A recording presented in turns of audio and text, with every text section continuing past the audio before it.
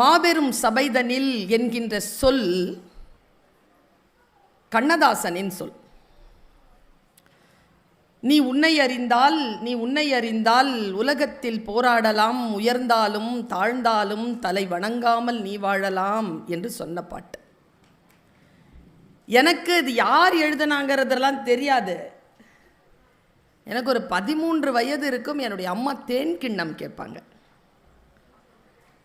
அப்போது ராத்திரி ஒரு 9:15 இருக்கும் தேன் கிண்ணம். எல்லாரும் தூங்கிட்டு இருக்கோம். என்னை மட்டும் எழுப்பி இந்த பாட்டை கேள அப்படின்னாரு எங்கள் அம்மா. எனக்கு இது யார் எழுதுனாங்களான்னு தெரியாது. என்னை கேட்டால் இந்த நீ உன்னை அறிந்தால்ங்கிற பாட்டு எனக்கு அறிமுகப்படுத்தினது எங்கள் அம்மா. அந்த பாட்டில் ஒரு ஸ்டான்ஸா வரும். அந்த பத்தி தான் மாபெரும் சபைதனில் நீ நடந்தால் உனக்கு மாலைகள் விழ வேண்டும், ஒரு மாற்று குறையாத மன்னவன் இவன் என்று போற்றி புகழ வேண்டும் என்ற பாட்டு. இது மாபெரும் சபை, புத்தகத் திருவிழாவிற்கு வந்திருக்கும் சபை. இந்த சபையில் போடப்படுகின்ற எந்த வார்த்தையும் வெறும் வார்த்தை அல்ல, அது விதைகள். நான் மிக கவனமாக என் வார்த்தைகளை முன்னெடுத்து வந்திருக்கிறேன். எந்த ஒரு கூட்டத்திலும் சொல்லுவதையே இங்கேயும் சொல்லுகிறேன். நிறைய பேர் என்னை இந்த செல்ஃபோனில் ரெக்கார்ட் பண்ணிட்டு இருக்கிறீங்க. சுவிட்ச் ஆஃப் பண்ணிடுங்க. 1/2 மணி நேரத்தில் யூடியூப்பில் வந்துடும். லைவே போயிட்டு என்ன இதுவரைக்கும் எதில் பார்த்துருக்கீங்க? இதில் தானே பார்த்துருக்கீங்க. எவ்வளோ கஷ்டப்பட்டு நான் எங்கிருந்தெல்லாம் சுற்றி திரிஞ்சு மதுரையிலேருந்து புறப்பட்டு திருவள்ளூர் வந்து சேர்ந்திருக்கேன் தெரியுமா? உங்களுக்காக தானே வந்திருக்கேன். நேரில் வந்திருக்கேன்ல, பேச்சை கேட்கலாம்ல, அப்போவும் இதுலேயே பார்க்குறீங்க. எல்லாத்தையும் தூக்கி போடுங்க. உங்களுக்கும் எனக்குமான இந்த காலம் மிக மிக கனிந்து கொண்டிருக்கிறது. நான் யாருக்காகவும் பேச வரவில்லை. என் வார்த்தைகளை காணொளியின் மூலமாக பதிவு செய்து உலக மக்கள் அத்துணை பேருக்கும் அனுப்பி கொண்டிருக்க உங்கள் அத்துணை பேருக்கும் என்னுடைய மனமார்ந்த நன்றிகள். ஆனால் நான் இவர்களுக்காக பேச வருவதே இல்லை. நான் உங்களுக்காகத்தான் பேச வருகிறேன். அதனால் என் வாழ்க்கையில் நான் மறுபடியும் பெற்றுவிடவே முடியாத அந்த வாழ்வின் மணித்துளிகளை இதோ உங்களுக்காக தந்து கொண்டிருக்கிறேன். நீங்களும் உங்கள் வாழ்க்கையில் மறுபடியும் பெற்றுவிடவே முடியாத அந்த நேரத்தை இந்த பேச்சிற்காக தந்து கொண்டிருக்கிறீர்கள். இந்த புனிதமான இந்த முக்கியமான காலகட்டத்தில் நான் சொல்வதை மனதிலே உள்வாங்கி வைத்துக்கொள்ளுங்கள். சொற்களை வைத்துக்கொண்டு உலக புகழ் பெறுகின்ற கவிதைகளை எழுதக்கூடிய ஒரு கவிஞர் இங்கே ஒரு வாக்குமூலம் தந்தார். நானாக எதுவும் எழுதிவிடவில்லை. ஏதோ எனக்கு பிறப்பிலிருந்தே மொழியினுடைய அர்த்தங்கள் புரிந்து கொண்டு வாழ்வின் ரகசியங்களை தெரிந்து கொண்டு நான் பேச்சை எழுத்தை முன்வைக்கவில்லை. நான் படித்த நூல்கள்தான் நான் எழுதுகின்ற எழுத்திற்கு காரணம் என்ற ஒரு வாக்குமூலத்தை தந்துவிட்டு உட்கார்ந்திருக்கிறார் இந்த மண்ணின் மைந்தர். வாசிப்பு நான் யோசித்து பார்த்துருக்கேன். நான் சொல்கிறேன்னு கோச்சிக்காதீங்க. இந்த நிர்வாகத்தில் இருக்கிறவங்க புக்கை வாங்கிறத விட இப்போல்லாம் பேச்சை கேட்குறதுக்கு தான் கூட்டம் நிறைய வருது. ஆனால் இங்கே எங்களை கூப்பிட்டு பேச வைக்கிறதுங்கிறது இவங்களுக்கெல்லாம் எவ்வளோ பெரிய பாடு அப்படிங்கிறத இவங்களுடைய ஆஃபீஸில் போய் கேளுங்க. அவங்க எதுக்கு தெரியுமா எங்களெல்லாம் கூப்பிடுறாங்க? எங்கள் பேச்சை உங்களை ஏன் தெரியுமா கேட்க வைக்கிறாங்க? புத்தக வாசிப்பு பழக்கம் உங்களுக்கு வர வேண்டும் என்பதற்காகத்தான். வேறு எந்த நோக்கமும் இல்லை. உங்களை மகிழ்ச்சிப்படுத்துவதற்காக அல்ல, உங்களை ஒருமுகப்படுத்தி புத்தக வாசிப்பிற்குள் அழைத்து செல்வதற்காகத்தான் இந்த பெரிய முயற்சிகள் எல்லாம். நான் யோசித்து பார்க்கிறேன். உங்களிடத்தில் இந்த மாபெரும் சபைதனில் என்கின்ற தலைப்பில் எந்த கருத்துக்களை பேச வேண்டும் என்கின்ற வார்த்தைகளில் ஒன்றோடு ஒன்றாக முட்டி மோதிக்கொண்டிருக்கின்ற என் மனதிற்குள். யார் நல்ல பேச்சாளர் தெரியுமா? நல்லா பேசிட்டு கைத்தட்டல் வாங்கிட்டு போகிறாங்கல்ல, அவங்கெல்லாம் நல்ல பேச்சாளர் கிடையாது. என்னை பொறுத்த அளவில் பேசிட்டு போனதுக்கு அப்புறமாவும் யார் ஒருவர் நமக்குள் பேசிக்கொண்டே இருக்கிறார்களோ அவர்கள் தான் நல்ல பேச்சாளர். நான் பேசிவிட்டு போனதற்கு பிறகும் உங்கள் மனதிலே பேசப்பட்டு கொண்டே இருக்க வேண்டும் என்கின்ற மாதிரியான சொற்களை நான் தேடுகிறேன். எப்பொழுதும் என்னை யார் சந்தித்தாலும் சொல்லுகின்ற வார்த்தை, மேடம் உங்கள் பேச்சுக்கு எங்கள் வீட்டில் இருக்கிறவங்க எல்லாம் ஃபேன். உங்கள் பேச்சை கேட்காம நாங்கள் தூங்குறதே இல்லை. என் ஒய்ஃபுக்கு உங்கள் பேச்சுன்னா ரொம்ப பிடிக்கும் மேடம். அந்த மாதிரி சொல்கிற ஆம்பளைங்களுக்கு நான் சொல்கிறது என்ன தெரியுமா கவிஞரை? என் பேச்சு உங்கள் ஒய்ஃபுக்கு ரொம்ப பிடிக்குமா? அது உங்களுக்கு ரொம்ப நல்லது. நீங்கள் என்ன மாற்றமெல்லாம் அவர்களிடத்தில் வந்து உங்களுடைய குடும்பத்தில் தீபம் ஏற்றப்பட வேண்டும் என்று நினைக்கிறீர்களோ அதையெல்லாம் நான் சொல்லிவிடுகிறேன். மேக்சிமம் அவங்க உங்களுக்கு ஃபார்வர்ட் பண்ணுவாங்க. அதே நோக்கம்தான் அவர்களுக்கும். அதனால் நீங்களும் கேட்டுக்கொள்ளுங்கள் என்று சொல்லுவேன். ஆனால் எல்லாரும் என்கிட்ட சொல்கிற ஒரு வார்த்தை என்ன தெரியுமா? இதுலேருந்து ஆரம்பிக்கிறேன் நான் என் பேச்சை. எல்லாரும் சொல்கிறது என்னென்னா, மேடம் நல்ல உற்சாகமாக இருக்கு மேடம் உங்கள் பேச்செல்லாம் கேட்கும்போது, ஆனால் ஒன்லி 2 hours தான் மேடம் நிற்கிது, சொல்லுன்னு இறங்கிருது மேடம். பரமபதத்தில் பாம்பில் இறங்கி கீழே போடுற மாதிரி உங்கள் உற்சாகமெல்லாம் வடிஞ்சு போயிடுது மேடம். அதே உற்சாகத்தோடு நான் இருக்கணும்னா என்ன பண்ணுறதுன்னு சொல்லுங்கன்னு கேட்டாங்க. இங்கே மட்டும் இல்லை, எல்லா இடத்துலையும் கேட்குறாங்க. ஏன் உங்கள் மனசில் மட்டும் அந்த ஆற்றல் இல்லையா, அந்த கேள்வி இல்லையா? எல்லாம் தான் கேட்குறோம். இந்த ஒரே ஒரு நாள் வந்தது, ஜனவரி 1, நான் இன்றிலிருந்து அப்படின்னு ஆரம்பித்தோமா, 5 நாள் தாங்குச்சா? பொங்கல் வரைக்கும் கூட தாங்கலை. அப்போது மாபெரும் சபைதனில் நீங்கள் உங்களை நிலைநிறுத்திக் கொள்ள வேண்டும் என்றால், உங்கள் உள் சபையில் நீங்கள் நிலைநிறுத்திக் கொள்ள வேண்டும் என்றால், உங்கள் புறச்சபையில் நீங்கள் உங்களை முன்னிறுத்திக் கொள்ள வேண்டும் என்றால், எப்படி உங்களை ஒரு நிலையிலே நிறுத்துவது? எனக்கு என்ன ஆச்சுன்னா, போன மாதம் கொஞ்சம் வெளியில் போயிருந்தேன் சார், வெளிநாடு. ரொம்ப சூட்சமமாக சில வார்த்தைகள் சொல்லுவேன், புரிஞ்சுக்கணும் சரியா? இந்த என்ன படம் தெரில, வாகை சந்திரசேகர் ஐயா தான் அந்த டைலாக் சொல்லுவார், யாருக்கு புரிகிறதோ இல்லையோ சுபத்ரா உனக்கு கூடவா புரியவில்லை. ஒருதலை ராகமா? அப்போ அவர் வாகை சந்திரசேகர் இல்லை, அது நம்ம ஐயா. யாருக்கு புரிகிறதோ இல்லையோ சுபத்ரா உனக்கு கூடவா புரியவில்லை. இங்கே இருக்கக்கூடிய எல்லோரையும் பார்த்து கேட்கிறேன், ஏனென்றால் நான் சபைக்கு பேசுகின்றவள் இல்லை, நான் தனி மனிதருக்கு பேசக்கூடியவள். உங்களில் இருக்கக்கூடிய ஒவ்வொருத்தருக்கும் இந்த விஷயத்தை சொல்லிட்டு போகிறேன். வெளிநாடு போயிருந்தேன்னா பாருங்களேன், எப்படி கண்டுபிடிக்கிறேன் பாருங்க விஷயங்களை, எப்படி கண்டுபிடிக்கிறேன் பாருங்க விஷயங்களை. நான் நல்ல பிள்ளைங்க. எதை வச்சு சொல்கிறேன்றீங்களா? ரொம்ப கோபமாக இருந்தேன்னா தூங்கிடுவேன், ரொம்ப பசியாக இருந்தாலும் தூங்கிடுவேன், ரொம்ப கோபமாக தூங்கிடுவேன், நல்லா சாப்பிட்டா தூங்கிடுவேன், ஏதாவது ஒரு நல்ல விஷயம் இருந்தாலும் கெட்ட விஷயம் இருந்தாலும் படுத்தா தூங்கிடுவேன். இந்தா இப்போ இப்படி பார்த்தா தூங்கிடுவேன். நல்ல மனசு எனக்கு. இந்த வெளிநாடு போயிட்டு வந்தேன்னா 12 மணி நேரம் டிஃப்ரெண்ட்டு. இங்கே 12 மணிக்கு பகல்னா அங்கே 12 மணி ராத்திரி. 15 நாள் இருந்துட்டேன்னா ஜெட்லாக் வந்துருச்சு.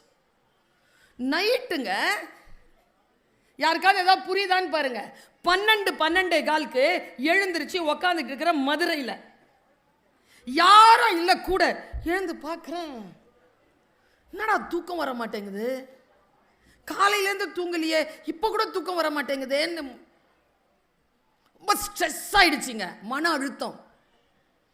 புரண்டு படுத்தாலும் தூக்கம் வரல, எதை எடுத்தாலும் எரிச்சலாக இருக்கு. இந்த எரிச்சலை என்ன பண்ணுறதுன்னு தெரில. பக்கத்தில் டேபிளில் நான் வெளிநாட்டுக்கு போயிட்டு வந்ததுக்காக ஒரு ஃப்ரெண்டு ஒரு ஸ்வீட் பாக்ஸ் கொடுத்துருந்தார் சார். அதை திறந்து பார்த்தா வண்ணமயமான ஸ்வீட்ஸ். ஆக்சுவலி நான் ஸ்வீட் சாப்பிட மாட்டேன், என்னன்னு தெரில, எனக்கு அவ்வளோ சுகர் இல்லைங்க, அதுக்காக தான் சுகர் இல்லை, புரியுதா? ஸ்ட்ரெஸ் இல்லை, அதுக்காக தான் சுகர் இல்லை. படுத்த உடனே தூங்கிடுறேன், அதுக்காக சுகர் இல்லை. ஆனாலும் அப்போ ஸ்ட்ரெஸ்ஸாக இருந்துச்சா, அந்த ஸ்ட்ரெஸ்ஸை எடுக்கிறதுக்கு என்ன பண்ணுறதுன்னு அந்த ஸ்வீட்டை பாக்ஸை திறந்த உடனே சந்தோஷமாயிடுச்சு. 2 ஸ்வீட்டுங்க, பெரிய பெரிய ஸ்வீட், 2 ஸ்வீட் சாப்பிட்டேங்க. சாப்பிட்டு தண்ணி குடிச்சு உட்காந்த பாருங்க, எரிச்சல் அப்படியே சாந்தமாயிடுச்சு. படுத்தேன், தூங்கிட்டேன். காலையில் ஃப்ரெஷ்ஷாக எந்திரிச்ச உடனே பெரிய கேள்விக்கு, 30 வருஷமா தான் தேடிக்கிட்டு இருக்கிற கேள்விக்கு பதில் கிடைச்சதுங்க. ஸ்வீட் சாப்பிட்டா எரிச்சல் தனியும், ஸ்ட்ரெஸ்ஸு போகும். அப்புறமா தான் புரிஞ்சுது, நாம் ஜெயிச்சிட்டா, ஏதாவது வீடு வாங்கிட்டா, வேலை கிடைச்சிட்டா, கல்யாணம் ஆச்சுன்னா, குழந்தை பிறந்துச்சுன்னா, ஏன் பக்கத்தில் இருக்கிறவெல்லாம் ஸ்வீட் கொடு ஸ்வீட் கொடு ஸ்வீட் கொடுன்னு கேட்குறான்.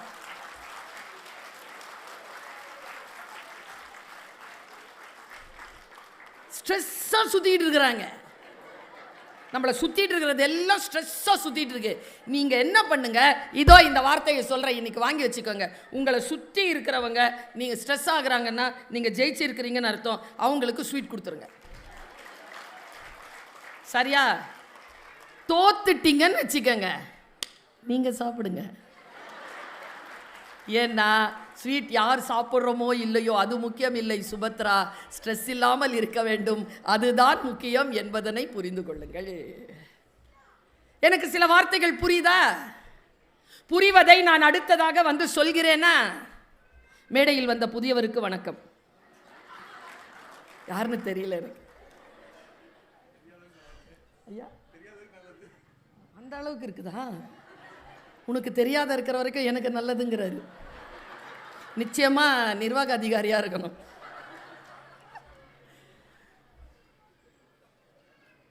ஒரு மோட்டிவேஷனை, ஒரு உற்சாகத்தை கீழே போடாமல் அப்படியே வைத்திருப்பது எப்படி?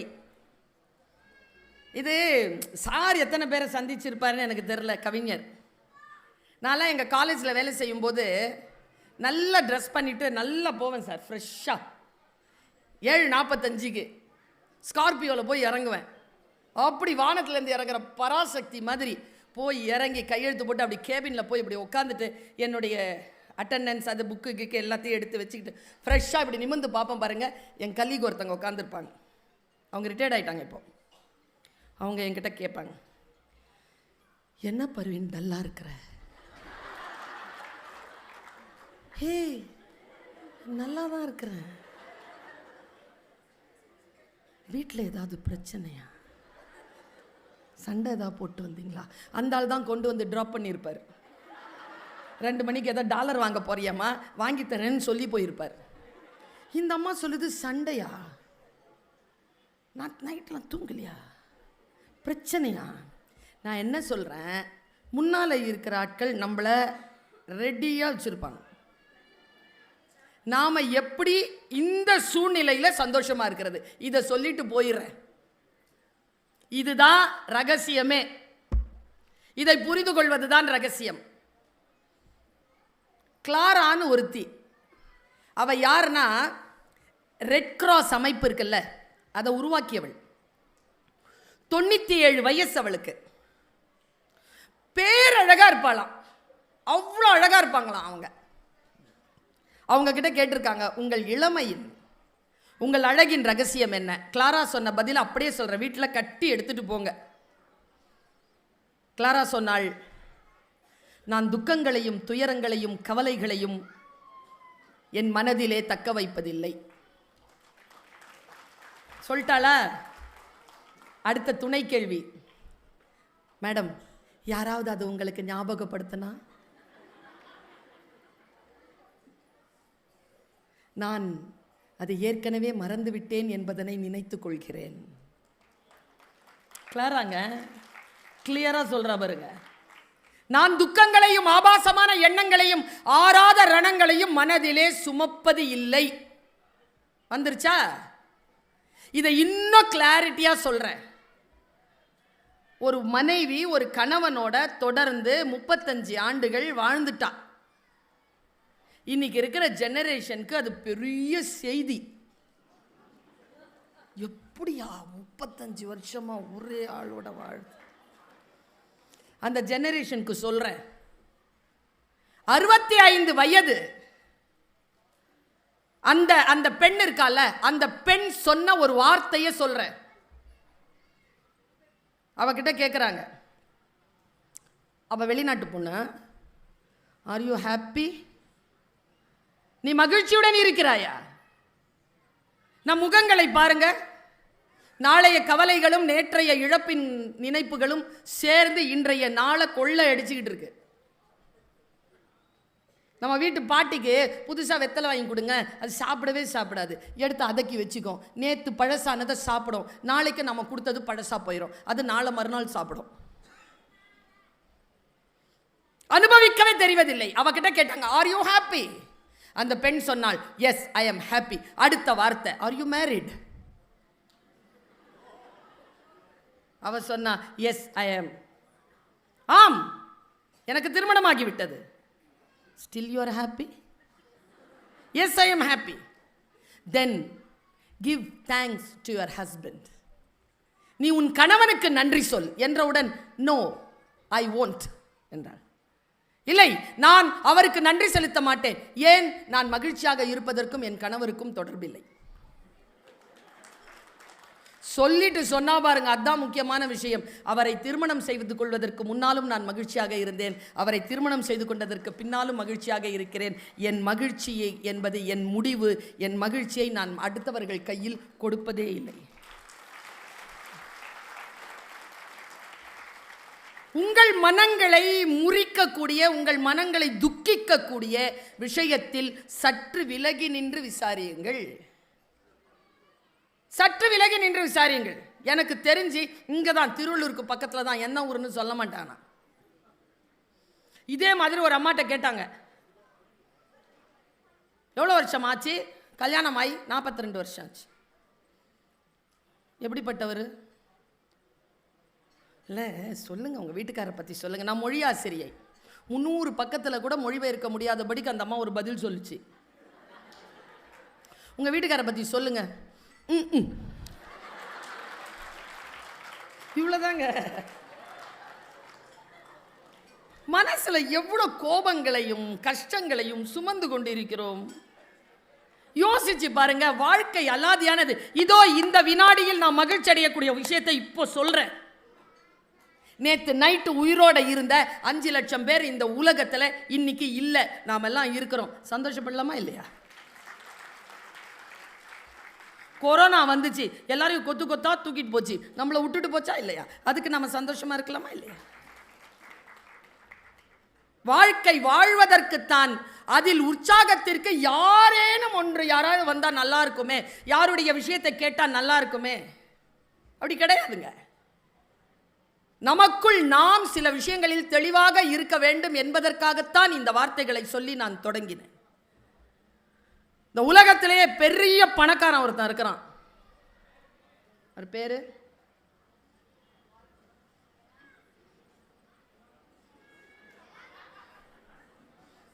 எல்லாருக்கும் தெரியுது. எம்மங்கிட்ட அதிகமாக துட்டு இருக்குது.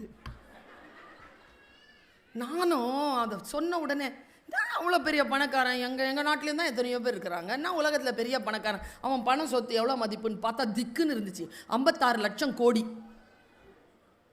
ஏங்க 56 லட்சம் கோடிங்க ஒருத்தன் வச்சிருக்கிறாரு. நான் ஒன்று சொல்கிறேன் பாருங்க. கவிஞர், நிர்வாக அதிகாரிகள் உட்கார்ந்து இருக்கிறாங்க, அமைப்பாளர்கள் உட்கார்ந்துருக்காங்க, படைப்பாளர்கள் இருக்கிறாங்க, பேச்சாளர் இருக்கிறேன், பேராசிரியர் இருக்கிறேன். வாழ்க்கையில் சிலவற்றை சாதித்தவர்கள் தங்கள் ரகசியங்களை சொல்லுகின்ற பொழுது அதை மெதுவான வார்த்தைகள் என்று நினைத்து கடந்து போகாதீர்கள். நிதானமாக அதை உள்வாங்கிக் கொள்ளுங்கள்.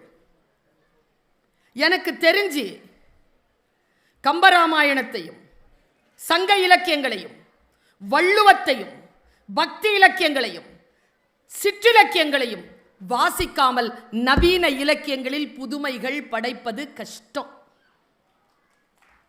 ஏன் தெரியுமா? இன்றிலிருந்து 3000-4000 ஆண்டுகளுக்கு முன்னாலேயே மிகப்பெரிய சிந்தனையாளர்களை கொண்டிருந்த சமூகம் நம் சமூகம். என்கிட்ட கேட்டாங்க ஒருத்தங்க, எங்க அப்போவே நினைச்சிருக்கிறாங்கன்னா, ஏன் அப்போ இருந்தவன்லாம் புத்திசாலி இல்லையா? உனக்கு தான் புதுசாக வந்துருச்சா புத்தி? உங்கள் தாத்தாவுக்கு அறிவு இல்லையா? உனக்கு மட்டும்தான் வந்துச்சா புதுசா? எனக்கு தெரிஞ்சு இந்த சமூகத்தை போல அறிவை அடகு வைத்த சமூகம் இதற்கு முன்னாலும் இல்லை, இதற்கு பின்னால் வரப்போகிறதா என்று எனக்கு தெரியாது. சுய அறிவோடு சுயம்போடு இருந்தவர்கள். அந்த எலன் மாஸ்க் உட்கார்ந்து இருக்காருங்க, ஒரு இன்டர்வியூ. நான் எப்பவுமே என்ன பண்ணுவேன்னா, வெற்றியாளர்கள் இருக்காங்கல்ல, சாதனையாளர்கள் இருக்காங்கல்ல, அவங்களுடைய வார்த்தைகளை கொஞ்சம் கவனிப்பேன். ஏன்னா அத்தனை பேரும் உண்மை சொல்லிட மாட்டாங்க. சில பேர் பேரன்பின் பெருவாகத்தில் அப்படி சொல்லிவிடுவாங்க.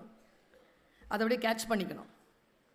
எலன் மாஸ்க் சொன்ன ஒரு பதில் எனக்கு ரொம்ப பிடிச்சது. அவர்கிட்ட கேள்வி கேட்குறாங்க, நீங்கள் ஒரு இலக்கை நிர்ணயிக்கிறீர்கள்.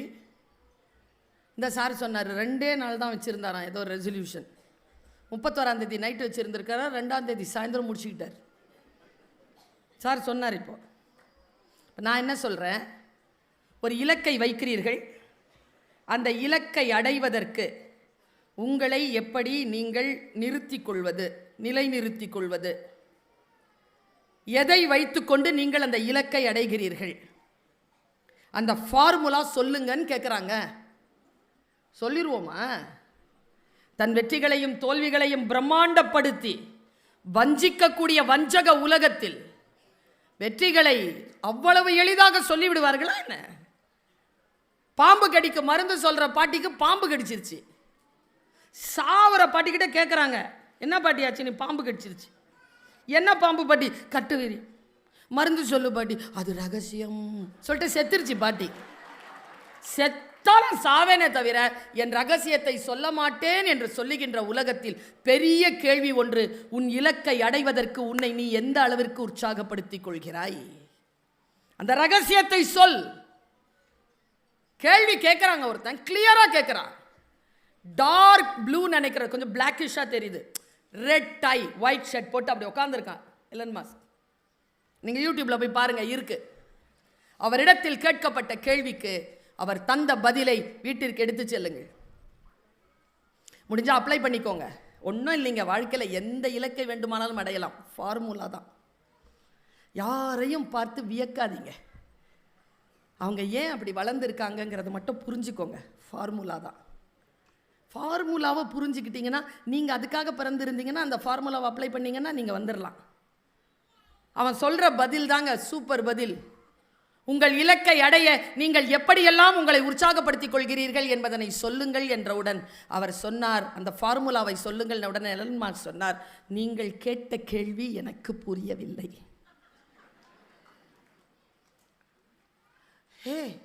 தெளிவாக தானே கேட்குறேன். நீங்கள் கேட்ட கேள்வி எனக்கு புரியவில்லை. அவர் அவ்வளோ ஃபோர்ஸா சொல்லும் போது எனக்கு புரிஞ்சிருச்சுங்க. அந்த எனக்கு புரிஞ்சிருச்சுல்ல, அதை நான் சொல்றேன். எனக்கு ஏன் புரிஞ்சுது? ஏன் சொல்லாத பக்கங்களில் இருக்கக்கூடிய அந்த வார்த்தைகளை எல்லாம் கவிஞருக்கு புரியுது? தொடர் வாசிப்பு. தொடர்ந்து வாசிச்சுக்கிட்டே இருந்தீங்கன்னு வச்சுக்கோங்க, புரியும். இதை பார்த்துக்கிட்டே இருந்தீங்கன்னு வச்சுக்கோங்க, இருக்கிறதும் போயிடும். ஒரு 6 வயசு குழந்தை என்கிட்ட வந்து கேட்குது, கவிஞர் மேடம் நான் உங்கள் ரசிகர், ஒரு செல்ஃபி எடுத்துக்கவா? அந்த குழந்தைக்காக நான் கவலைப்படுகிறேன். ஏனென்றால் அந்த கையில் ஃபோன் வச்சிருக்கா. என்ன மட்டுமா பாப்பா? இந்த கவலை எனக்கு வருகிறது, ஏனென்றால் நான் ஆசிரியை. எனக்கு வருகிறது ஏனென்றால் நான் தாய். எனக்கு வருகிறது ஏனென்றால் நான் இந்த சமூகத்தில் பொறுப்புடன் இருக்க வேண்டும் என்று பயணப்பட்டு கொண்டிருக்கக்கூடிய ஒரு பெண். அந்த குழந்தைக்காக நான் பயப்படுகிறேன். பாருங்க, நீங்கள் சொன்னது எனக்கு புரியவில்லைன்னு அவர் சொல்லிட்டு அதுக்கு அவர் ஒரு பதில் கொடுத்தாருங்க. அதாங்க அந்த ஆளு பதில் கொடுத்தாரு. அவர் என்ன சொன்னார் தெரியுமா? உன்னுடைய கோல் நீ ஃபிக்ஸ் பண்ணல, அந்த கோல் தானே உனக்கு மோட்டிவேஷன். அந்த கோல் அடையிறதுக்கு உனக்கு எதுக்கு மோட்டிவேஷன்? இப்போ நான் ஒன்றை ஃபிக்ஸ் பண்ணிட்டேங்க. மாபெரும் சபைதனில்ங்கிற ஒரு தலைப்பில் நான் பேசணுன்றதை நான் ஃபிக்ஸ் பண்ணிட்டேங்க. எனக்கு எதுக்குங்க மோட்டிவேஷன்? சுதானா காலையிலேயே எந்திரி, இந்த புக்கெல்லாம் படி, புதுசு புதுசாக ஏதாவது சொல்லு அப்படின்னு யாராவது என்கிட்ட சொல்லிட்டே இருக்கணுமா? நான் தான் எந்திரிக்கணும். உங்களுக்கு இப்போவும் புரியலல்ல? புரிகிற மாதிரி சொல்கிறேன், நல்லா புரிகிற மாதிரி சொல்கிறேன். ஒரு பட்டிமன்றத்தில் ஒரு பேச்சாளர் ஒரு ஜோக் சொன்னார். நான் சொன்னேன்ல, வாசிப்பு பழக்கம் இருந்தால் ஜோக்கு கூட சரியான திசையில் புரியும். திட்டு இருக்குல்ல, அது கூட சரியான திசையில் புரியும். பேசாத நாங்கள் என்னை பார்த்து கெமிஸ்ட்ரி டீச்சர், ஏன்னா நான் கிளாஸில் பேசிகிட்டு இருந்தேன். எங்கே பேசணுமோ அங்கே பேசு, எங்கே பேசக்கூடாது அங்கே பேசாத, உட்காரு அப்படின்னாங்க. உட்காந்துட்டேன், புரிஞ்சுக்கிட்டேன், அங்கே பேசுகிறத நிறுத்தினேன்.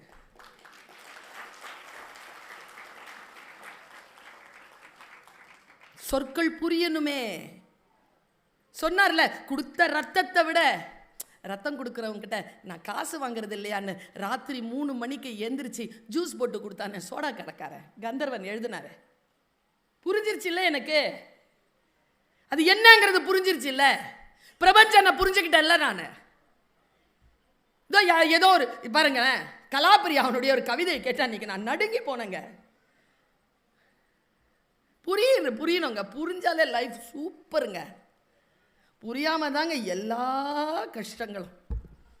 நான் அப்படி நினைக்கவே இல்லையே. என்ன செய்யறது? கண்கள் இல்லாத தாய் பறவை தன் குஞ்சுகளின் வாசத்தை தொலைத்துவிட்டு அந்த கூட்டை தேடி அலைவதை பார்க்கிறேன். அதன் கூடு எங்கே இருக்கிறது என்று எனக்கு தெரியும். ஆனால் அந்த தாய்க்குருவிக்கு சொல்லக்கூடிய மொழி என்னிடத்தில் இல்லையே. நாங்கள் நடுங்கி போனங்க கலாபிரியா அவனுடைய இந்த வார்த்தையை பார்த்து.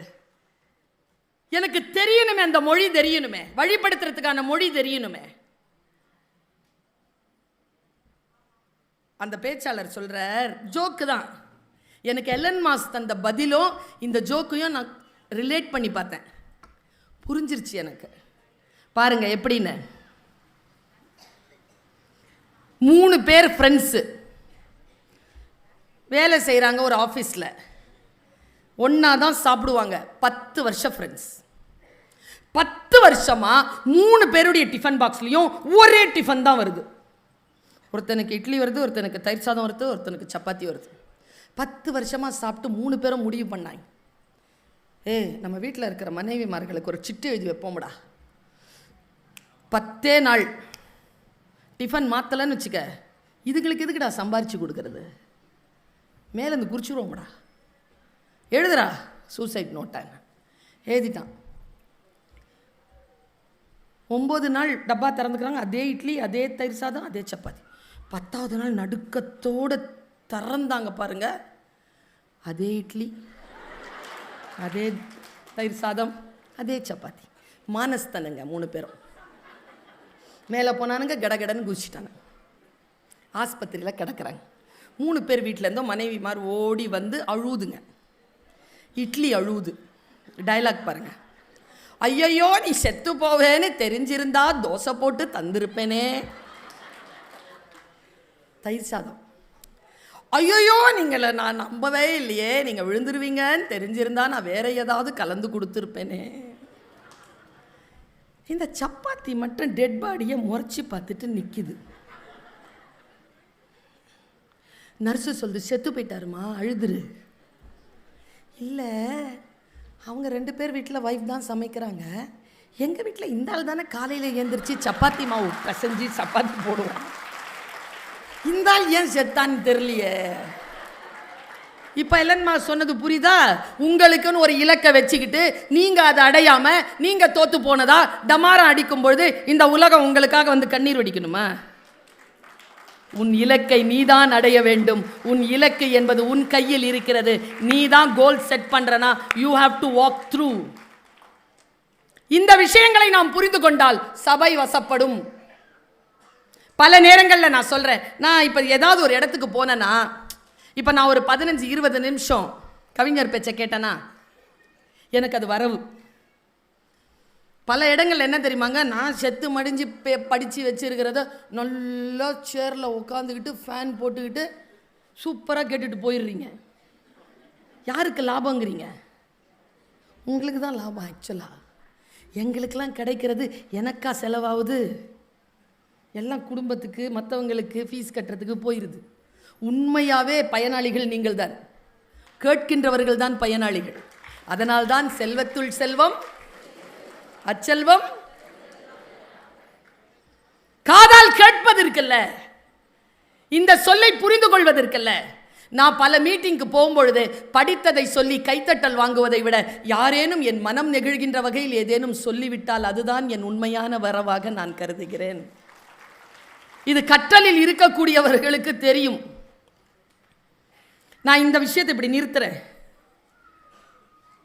இப்போ என்னுடைய பயோடேட்டா கேட்டாங்கல்ல, ரொம்ப உஷாரவங்க, உஷாராக கேட்டாங்க. ஏன்னா என்னுடைய பயோடேட்டாவை அவங்க வாசிச்சிருந்தாங்கன்னா என்னை ஜஸ்டிஸ் பஷீர் அஹமத் சயீத் மகளிர் கல்லூரியின் பேராசிரியர் தான் எல்லாருக்கும் தெரியும்.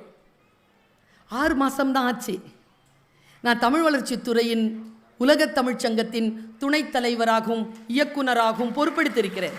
6 மாதம்தான் ஆச்சு. இப்போ இந்த பயோடேட்டா இருக்குல்ல, இது தெரியணும்ல. ஆக்சுவலாக நான் யோசிச்சு பார்க்குறேங்க. இந்த குழந்தைகளுக்கு சொல்கிற இளைஞர்கள் நிறைய பேர் வந்திருக்கிறீர்கள். எனக்கு ரொம்ப மகிழ்ச்சி. இந்த அம்மா அப்பா குழந்தைகளை அழைத்து வந்திருக்கிறீர்கள். ரொம்ப மகிழ்ச்சிங்க எனக்கு. கேளு கேளு கேளு, அவங்க பேசுகிறத கேளு. இப்போ புரியலனாலும் பரவாயில்ல, அப்புறமா புரியும். விதை தானே, விதைத்தவர்கள் தான் தூங்குகிறார்கள், விதைகள் தூங்குவதில்லை. அது முளைக்கும் தானே, எப்போவாவது முளைக்கும் தானே. அவர் சொன்ன கதைகள் முக்கியமே இல்லைங்க.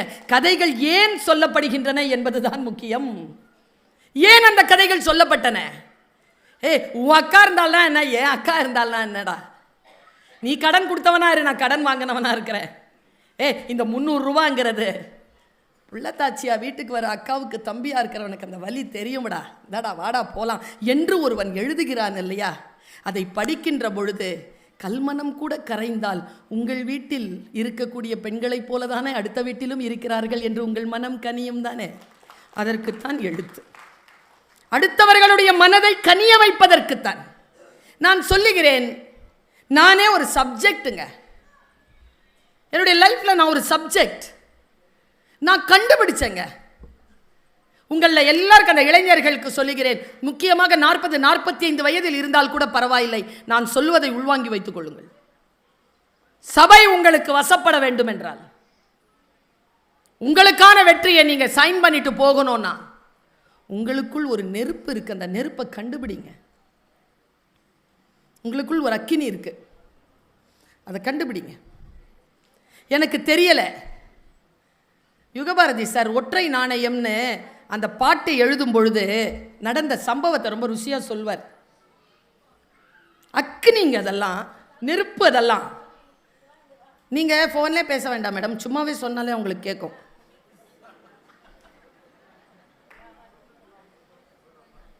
நீங்க போன்லேயே பேச வேண்டாம், இப்படி பேசினாலே அங்கே கேட்கும். எனக்கே கேட்குதுன்னா அவங்களுக்கு கேட்காதா? அந்த அக்கினி இருக்கு இல்லையா, அந்த அக்கினியை எப்படி கண்டுபிடிப்பது பாருங்க. நான் மொத்தம் 532 பிரைஸ் வாங்கியிருக்கேன் இது வரைக்கும் ஸ்டூடெண்ட் லெவலில். என்னுடைய கூட படித்தவங்களுக்கு தான் தெரியும், மற்றவங்களுக்கு தெரியாது. அந்த முகத்தை நான் வெளியில் சொன்னதில்லை. நான் ஒரு ஸ்போர்ட்ஸ் பர்சன். 180 பரிசுகள், என்னுடைய சர்டிஃபிகேட் ஃபுல்லாக ஸ்போர்ட்ஸ்.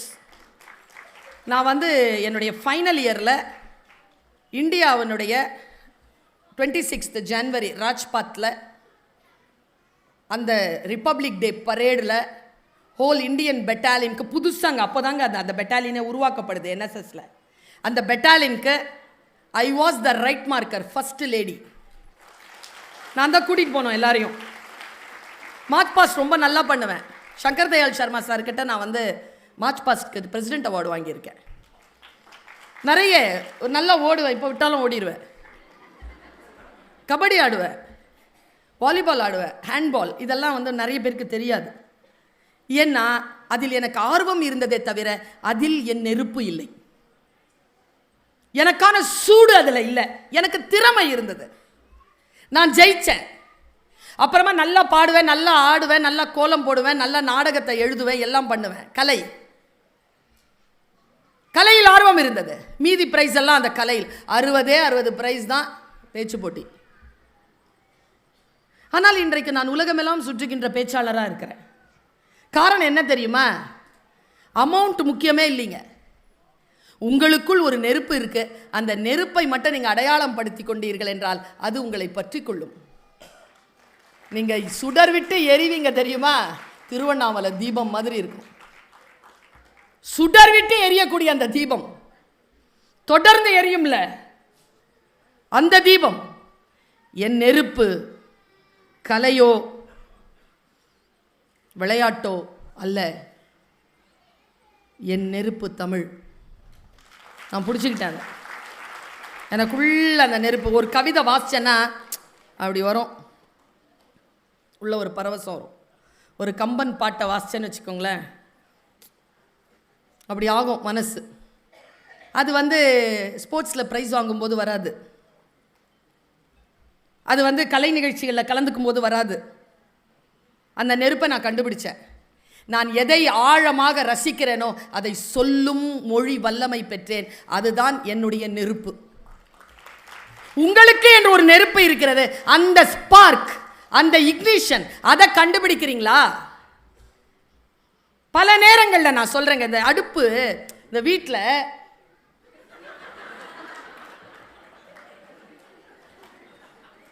அவர் சும்மா எடுத்துருந்துருக்கலாம், இன்ஸ்ட்ரக்ஷன் கொடுக்குறாருங்க. வீட்டில் அடுப்பு எரிப்பீங்க தெரியுமா? Case light. அந்த கேஸ் லைட்னு ஒன்று இருக்கும், லைட்டர், கேஸ் லைட்டர். அந்த கேஸ் லைட்டர்லேருந்து நெருப்பே வராதுங்க, ஸ்பார்க் மட்டும்தான் வரும். அதுலேருந்து வெறும் கேஸ் மட்டும்தான் வரும். இந்த ஸ்பார்க் இப்போ இந்த கேஸில் பட்ட உடனே அந்த அடுப்பு எரியும் பாருங்கள். That is life. அந்த ஸ்பார்க் இருக்கா? அந்த ஒரு சொல் உங்ககிட்ட இருக்கா? அந்த சொல் உங்ககிட்ட இருந்ததுன்னா, அந்த விஷயங்கள் உங்ககிட்ட இருந்ததுன்னா, மாபெரும் சபைதனில் நீ நடந்தால் உனக்கு மாலைகள் விழும். ஒரு மாற்றுக்குறையாத மன்னவன் இவன் என்று போற்றி புகழப்படும். அது தெரியணுமே. தெரியாமலே நிறைய பேர் செத்து போகிறோம். என் பையன் என்கிட்ட கேட்டான், அம்மா உனக்கு பிடிச்சது நீ செய்கிறல்லம்மா. ஆமாம், எனக்கு தெரியலம்மா எனக்கு என்ன பிடிச்சிருக்குன்னு. கண்டுபிடி. அதான் உன் வாழ்க்கையில் பயணத்திற்கான சாவி. அதுதான் என்ன தெரியுமா? தவறான விஷயங்களில் என்டர்டெயின்மெண்ட்ல போய் விழுந்துடுறோம். அதான் நமக்கு ஸ்பார்க்குன்ட்டு கிடையாது. இந்த பாருங்க, இன்னொரு விஷயம் சொல்றேன். குழந்தைகள் இந்த 2 வார்த்தை சொல்லி திட்டாதீங்க. ஏய் ரொம்ப விளையாடாதரா என்கிட்ட, என்னடா ஓவரா நடிக்கிற. இந்த 2 டிபார்ட்மெண்ட் தான் இப்போ நிறைய சம்பாதிக்குது. சம்பாதிக்கிற மாதிரி விளையாடுறா, சம்பாதிக்கிற மாதிரி நடிடா. உங்களுக்கான ஸ்பார்க்ல நெகட்டிவ் ஸ்ட்ரோக்ல சொல்றேன். ஒரு ஸ்பார்க் எப்படி ஒருத்தன் கண்டுபிடிச்சான் அப்படிங்கிறத சொல்றேன். நெகட்டிவ் ஸ்ட்ரோக்கா, அதை நீங்க பாசிட்டிவா புரிஞ்சுக்கணும். இந்த 4 மாசத்துக்கு முன்னால ஐரோப்பாவில் ஒருத்தனை கைது பண்ணியிருக்காங்க சார். செய்தி, பத்திரிகை செய்தி. அவன் ஒரு வாக்குமூலம் தந்திருக்கான்.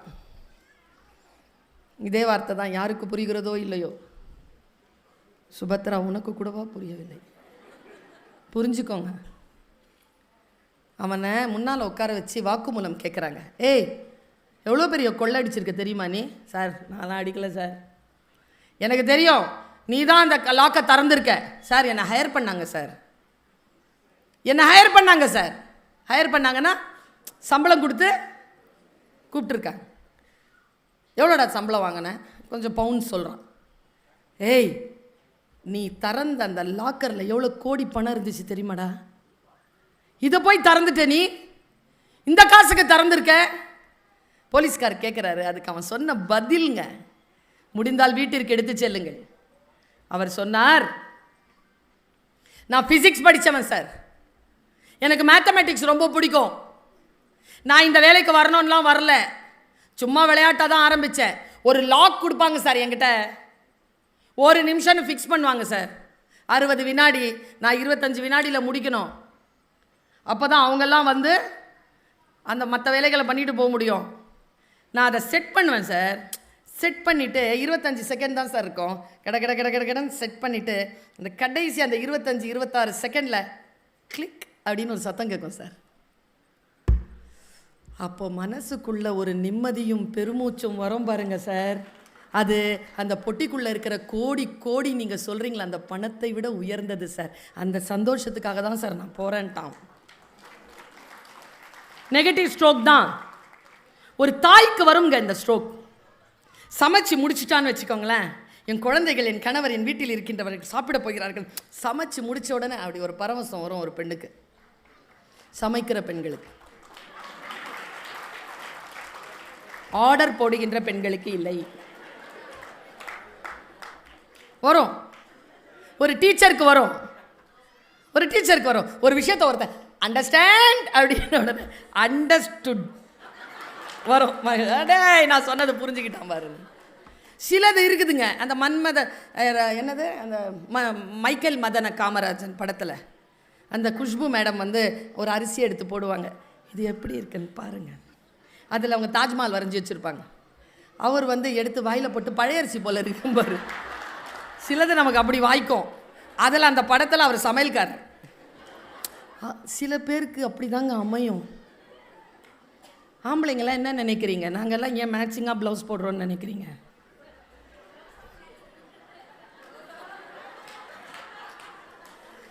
வாழ்க்கை தான் மேட்சிங்காக அமையல.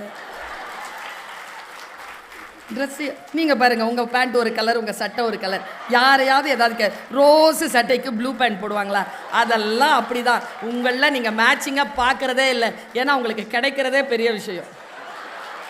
ஆனால் எங்களுக்கு ஒருத்தர் முறைச்சி பார்க்குறார், இவ்வளோலாம் எங்களை பற்றி சொல்கிற அப்படின்னு. இல்லை, எனக்கு இந்த ஆம்பளைங்கிட்ட பல காலமாக கேட்கணுன்னு ஒரு ஆசை. சரி, வந்தானால நீங்கள் கேட்டு போயிடுவோமே. நீங்கள் ஒரு 20-25 வருஷம் வாழுறீங்களா மனைவி கிட்ட? ஒரு 10 வருஷம், 15 வருஷம், 5 வருஷம் இல்லைங்க. கல்யாணம் பண்ண அடுத்த நாள்லேருந்துங்க சாகிற வரைக்கும் அந்த டைலாகை சொல்லிக்கிட்டே இருப்பான். உன்னை திருத்தவே முடியாது. நீனா டீச்சரா? நானா கொஸ்டின் பேப்பரா? ஆன்சர் ஷீட்டா? குரானில் ஒரு வார்த்தை இருக்குது. இன்றைக்கி நோம்பின் முதல் நாள். குரானில் ஒரு வார்த்தை இருக்குது, அற்புதமான வார்த்தை. உங்கள் மனைவி உங்கள் விலா எலும்பிலிருந்து உருவப்பட்டவள். அவள் வளைவாகத்தான் இருப்பாள். அதை நேராக்க முயற்சி செய்யாதே, உடைந்து போவாய்.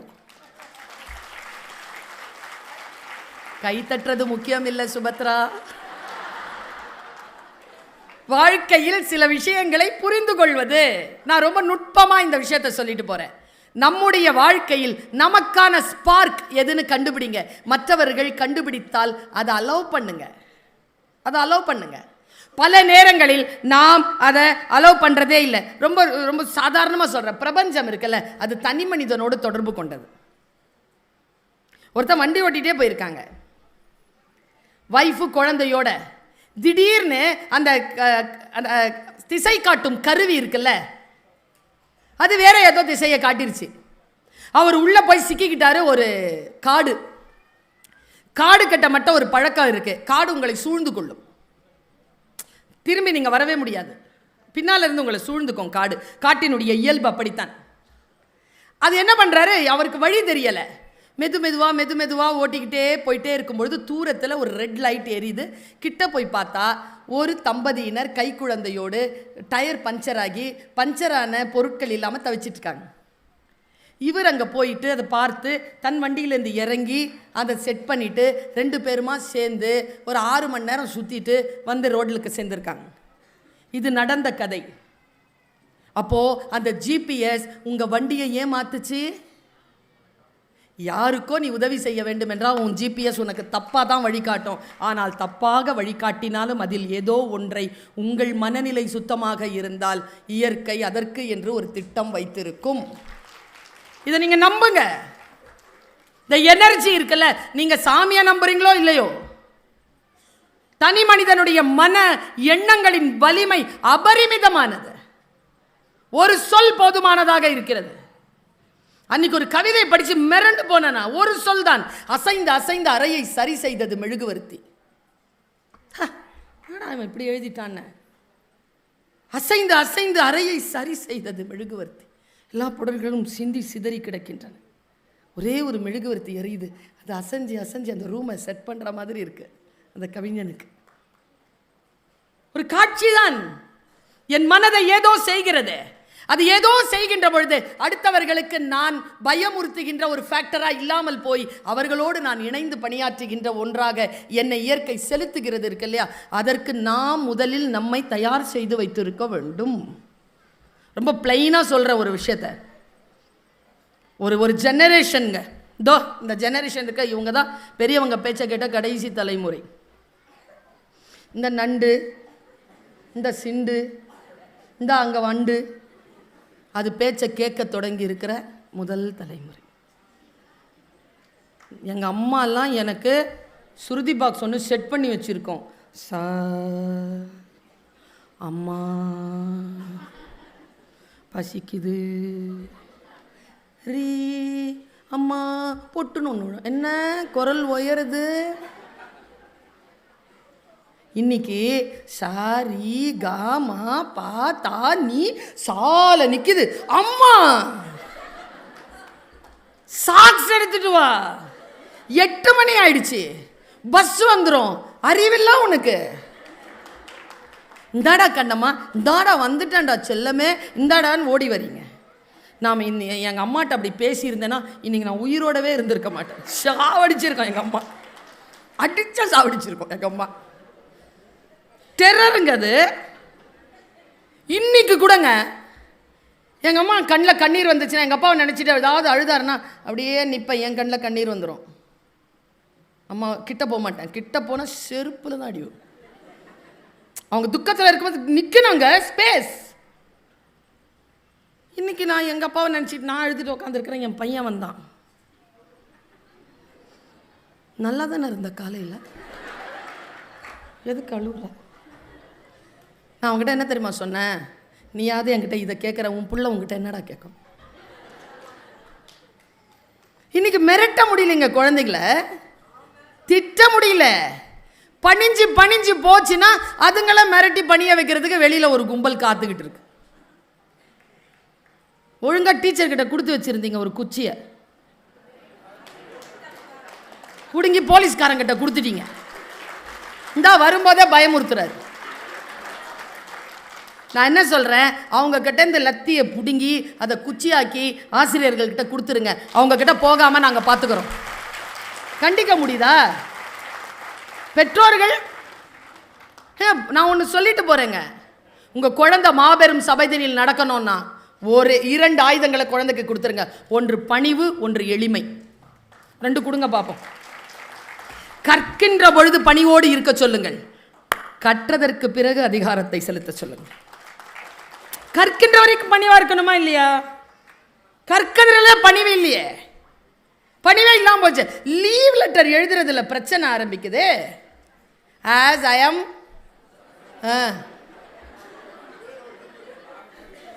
am suffering from fever, I request you to grant me 2 days leave.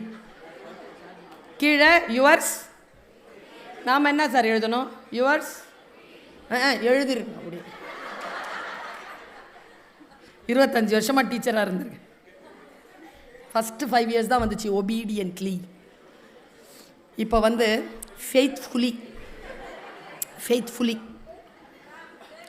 Truly, sincerely, obediently ஏன் எழுதுறது இல்லைன்னு நான் தேடினேன் சார்.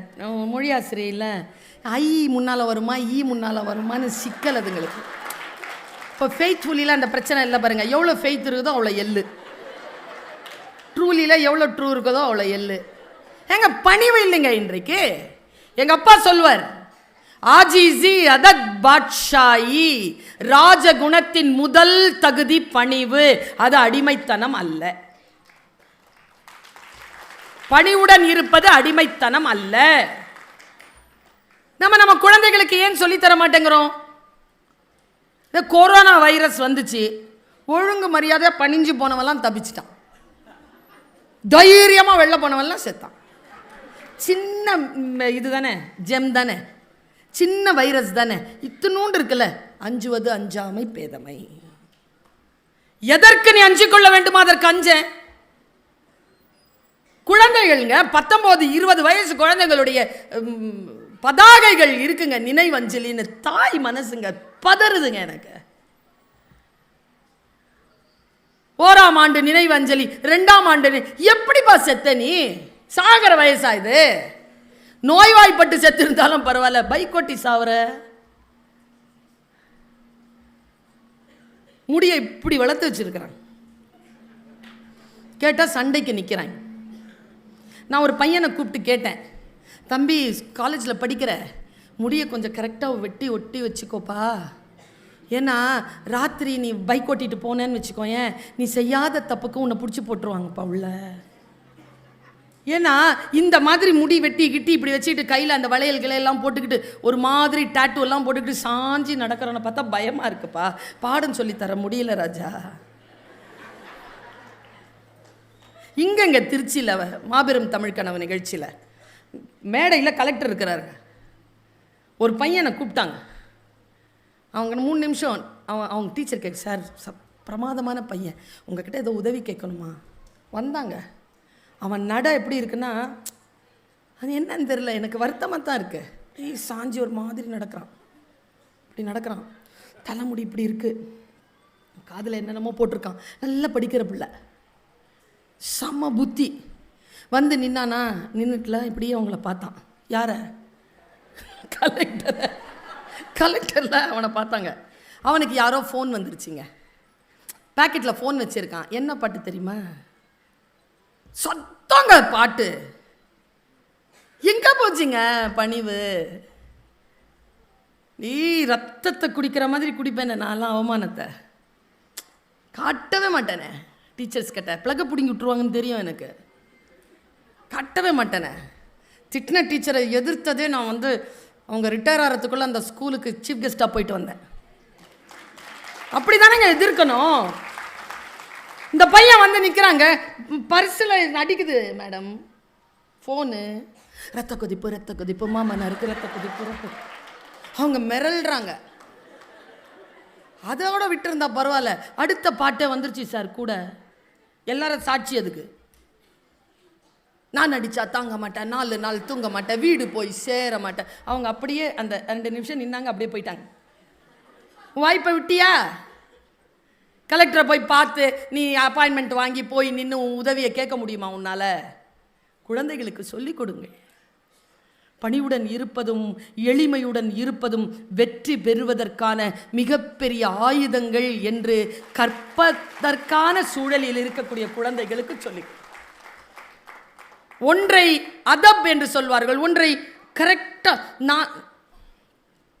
நான் பேச்சாளராக இருக்கிறதுக்கு பின்னால் பெரும் ரகசியங்கள்லாம் இருக்குது. நான் இதை பல தடவை சொல்லியிருக்கேன், ஞாபகப்படுத்துகிறேன். என்னோட கூட பிறந்தவங்க ஒரு அக்கா, ஒரு அண்ணன், ஒரு தம்பி, ஒரு தங்கச்சி. நான் நடுவில் பிறந்தவன். 5 பேர் நாங்கள். எங்கள் அப்பாவோட கூட பிறந்தவங்க இருக்காங்க. பெரியப்பா, 1 விட்ட சித்தப்பா, 1 2 சித்தப்பா, அதுலேயும் இன்னொருத்தர் 1 விட்ட சித்தப்பா, இன்னொருத்தர் அத்தை. 5 பேரை மாதம் வந்துடுவாங்க வீட்டுக்கு. எங்கள் அம்மாவும் அப்பாவும் கூட அங்கே போயிடுவாங்க. சாப்பிட்டு கிஃப்ட்டு முடிச்சுட்டு அவங்களுடைய அஜெண்டா என்னென்னா, வரும்பொழுதெல்லாம் அஜெண்டா, மாதத்துக்கு 5 நாள் அஜெண்டா என்னென்னா, எங்கள் 5 பேரையும் வரிசையாக நிறுத்த சொல்லிவிட்டு அவங்கள வச்சு உட்கார வச்சு ஒருத்தர் தான் வருவார். பாய்ஜான் எங்கள் அம்மா, இதுங்க பேச்சை கேட்க மாட்டேங்குது, அட்வைஸ் பண்ணுங்க.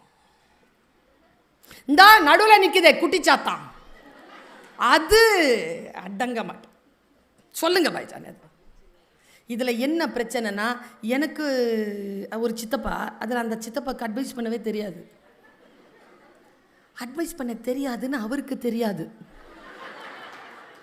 45 நிமிஷம் அட்வைஸ் பண்ணுவார் சார். நல்லா தெரிஞ்சுக்கோங்க. ஏன் பேச்சாளரான தெரியுமா? எதை கேட்குறது, எதை கேட்கக்கூடாது, எதை பேசுறது, எதை பேசக்கூடாது, எல்லாத்தையும் கேட்டு வச்சுக்கிட்டதுனால இன்னைக்கு நின்று உங்கள் கிட்ட கரெக்டாக பேச வருது. கேட்க சொல்லுங்களேன் பிள்ளைங்கள. ஸ்கில்ஸில் வெறும் 5 ஸ்கில்ஸ் சொல்கிறீங்க. லிசனிங் ஸ்கில்னு ஒன்று இருக்கு. கேட்கணும். ஏதாவது யாராவது சொன்னால் அதை முழுமையாக கேட்கணும். கேட்பதற்கான அறிவு இருக்கிறதா? கேட்பதற்கான அறிவு எப்பொழுது வரும்? நிதானமாக வாசிக்கின்ற பொழுது வரும். ஒன்றோடு ஒன்று தொடர்பு கொண்டது. பல விஷயங்களில் நான் சொல்லுகிறேன். வேகமான காட்சிகளை பார்த்தால் நிதானமாக வாசிக்கும் பழக்கம் வராது. டீச்சரா நான் சொல்றேன், எழுதி வச்சுக்கோ. 250 ரீல்ஸ் பார்த்தீங்கன்னா லூஸாக தான் போவீங்க. ஒரு ரீல் கூட என்னன்னே புரிய மாட்டேங்குது சார். 250 பார்த்தியா, இன்னைக்கு ஏதாவது ஒன்று சொல்லு. நான் 13 வயதில் 12 வயதில் படித்ததெல்லாம் இப்பொழுதும் ஞாபகம் இருக்கிறது. ஏன்? காட்சிப்படுத்தினேன். நான் காட்சிகளை பார்க்கவில்லை, பார்ப்பதற்கு அனுமதி இல்லை. இந்தா ஒரு பெட்டி இருக்கும், ஒரு டிவி பொட்டி, அதுக்கு கிரவுன் கருணா super Solidaire black and white தான். இந்த அப்பா ஒன்று போட்டு லாக் போட்டு அதை மடியில் வச்சுருக்கோம் சார். எங்கள் அம்மா என்ன பெருசாக நான் பாத்திர போகிறேன். அதில் பேரழகி ஒருத்தங்க வருவாங்க, எனக்கு இது ரொம்ப பிடிக்கும் அவங்கள. வணக்கம், சோபனா ரவி மேடம். அவங்க தான் பேரழகியே. அதுக்கு மேலே உங்களுடைய சித்திரஹார், அப்புறமா ஒரு ஒளியும். சனிக்கிழமை ஆச்சுன்னா ஒரு பாடாவதியான இந்தி படம், இல்லைன்னா வேறு மொழி திரைப்படம். அந்த ஞாயிற்றுக்கிழமை அன்னைக்கு மட்டும் உட்காந்துட்டு இருப்போம் தமிழ் படத்துக்கு. கையில் மிட்டாய், தேங்காய் மிட்டாய், பால், அது இதுன்னு வச்சுக்கிட்டு, கையில் 4 எடுத்துக்கிட்டு, அடுத்த வீட்டில் 4 கொடுத்து, இந்த ஜன்னலுக்கு ஓரமாக ஒரு சீட்டை பிடிச்சிக்கிட்டு அந்த டிவியை பார்த்தது. அது வேறு வெள்ளை துரத்தி விட்டுருங்க சிலதுன்னு, ஹவுஸ்ஃபுல் அப்படின்னு மூடிடுவாங்க. இதில் என்ன கொடுமை தெரியுமா? சில நாட்களில் சில ப்ரோக்ராமே இருக்காதுங்க. ப்ரோக்ராமே இல்லாத அன்றைக்கும் ஒரு ப்ரோக்ராம் வரும். அந்த ப்ரோக்ராமுக்கு பேர் சொல்கிறேன், என் வயசில் இருக்கிறவங்க ஞாபகப்படுத்திக்கோங்க. தாயின் நிலம் தந்த வரம் தாவரம் வயலும் வாழுங்க, இந்த சாகுபடி செய்வது எப்படி அப்படின்ட்டு லெட்டர் ஒருத்தர் வாசிப்பார், அதுக்கு ஒருத்தர் பதில் சொல்வார். அதை முறைச்சி பார்த்துக்கிட்டு உட்காந்துட்டு இருப்போம். இன்னைக்கு குழந்தைகளுக்கு எவ்வளவு ஆப்ஷன்ஸ். ஏஐ ஐன்ஸ்டீன் சொல்லுகிறான், தொழில்நுட்பங்களால் இந்த உலகம் நிறையும் பொழுது அதே எண்ணிக்கையில் முட்டாள்களால் இந்த உலகம் நிரம்பி வழியும். நான் சொல்லல, ஐன்ஸ்டீன் பிசிக்ஸ் ரொம்ப ஹை லெவல் ஆன ஆள் ஐன்ஸ்டீன். அவன் சொல்றான், imagination is more then knowledge. நான் ஒரு மிகச் சிறப்பான ஒரு 5 மந்திரங்களை மட்டும் சொல்லிட்டு போறேன் உங்களுக்கு. நோட் பண்ணி வச்சுக்கோங்க. ஏங்க ரெக்கார்ட் தானேங்க பண்றீங்க, பேசிக்கிட்டே இருக்கிறீங்க.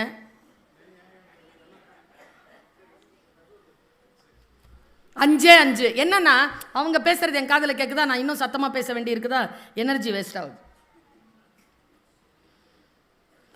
உங்கள்கிட்ட பவர் அண்ட் பீஸ், சக்தி, அதிகாரம், மன நிறைவு, இந்த ரெண்டும் ரொம்ப பெரிய விஷயங்க. வெற்றி அமைதியும் சேர்ந்தே வராது. ஒரு கூட்டத்தில் நடந்தது. இவர் இருக்கிறார்ல, யார், தென்கட்சி சுவாமிநாதன். அவர் வெற்றி பின்னாலெல்லாம் ஓடாத, அமைதியாயிரு, நிறைவாயிருன்னு பேசி உட்காந்துட்டார். அடுத்து சுகி சிவம் சார் வந்து வெற்றி நிச்சயம்னு பேசிட்டு போயிட்டார். டவுட் ஒருத்தன் எழுந்திரிச்சு கேட்டான். 2 பேருக்கும் 600 ரூபா கொடுத்துட்டு வந்து பேச்சை கேட்டிருக்கேன்.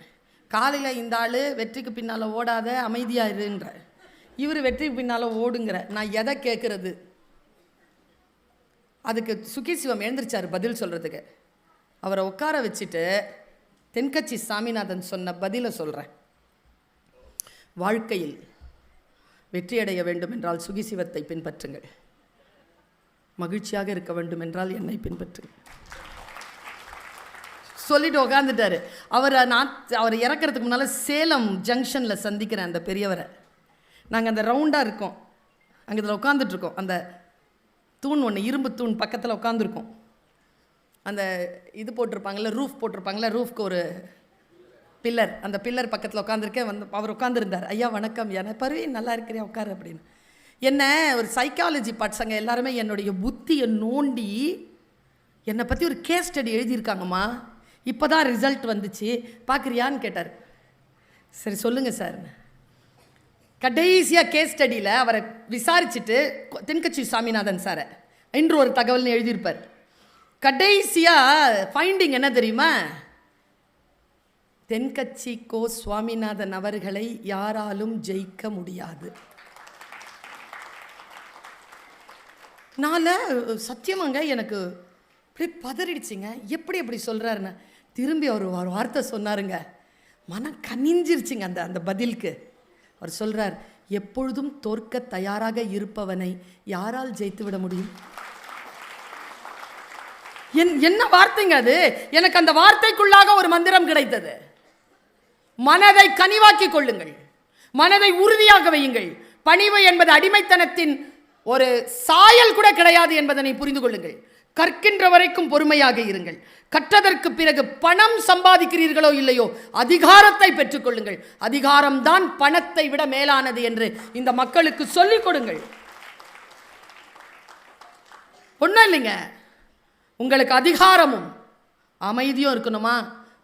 இந்த சகோதரி ஒரு 5 பாயிண்ட்டை மட்டும் சொல்கிறேன், மனசில் உள்வாங்கி வச்சுக்கோங்க. முதல் பாயிண்ட், உரையாடல்களை நிர்பந்தப்படுத்தாதீர்கள். சொல்லு பேசு. இப்போ சொல்லு.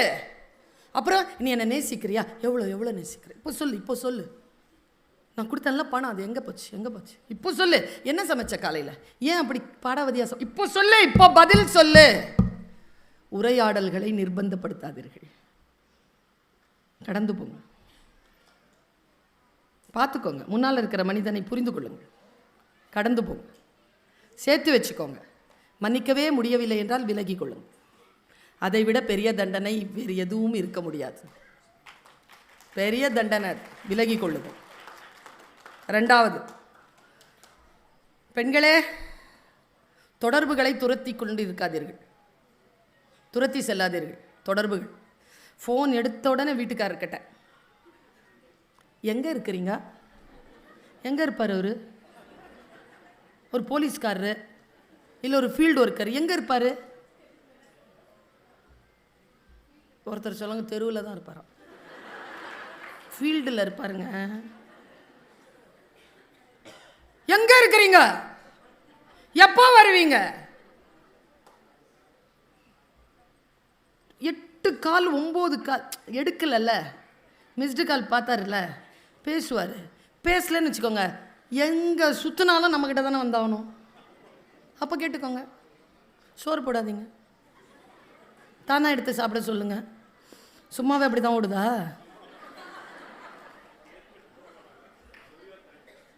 சாதாரணமாகவே போட மாட்டாங்களா? அப்போ ஒழுங்காக பதில் சொல்லுங்கள். ஒழுங்காக பதில் சொன்னால் போடுவாங்களா இல்லையா? இல்லை சுகியா சமைப்பாங்களா? கொடுத்து வச்சவங்க நீங்கள். தொடர்புகளை துரத்தி செல்லாதீர்கள், இயல்பாக இருக்க விடுங்க. ஒரு தெரில, ரெக்கார்டாவது சொல்லலாமான்னு தெரில, ஆண்களுக்கு 45 வயசுக்கு மேலே சீக்கிரமாக ஹார்ட் அட்டாக் வருதான். அவங்க அந்த ஹார்ட் அட்டாக் அவங்களுக்கு வரக்கூடாதுன்னு பெண்கள் முடிவு செய்தோம் என்றால் ஒன்று விஷயத்தை அலோவ் பண்ணுங்க, அவர்கள் நண்பர்களோடு அவர்கள் நேரத்தை செலவழிக்க அனுமதியுங்கள். ஆயுள் கூடும் அவர்களுக்கு. இல்லை நான் சொல்லலை,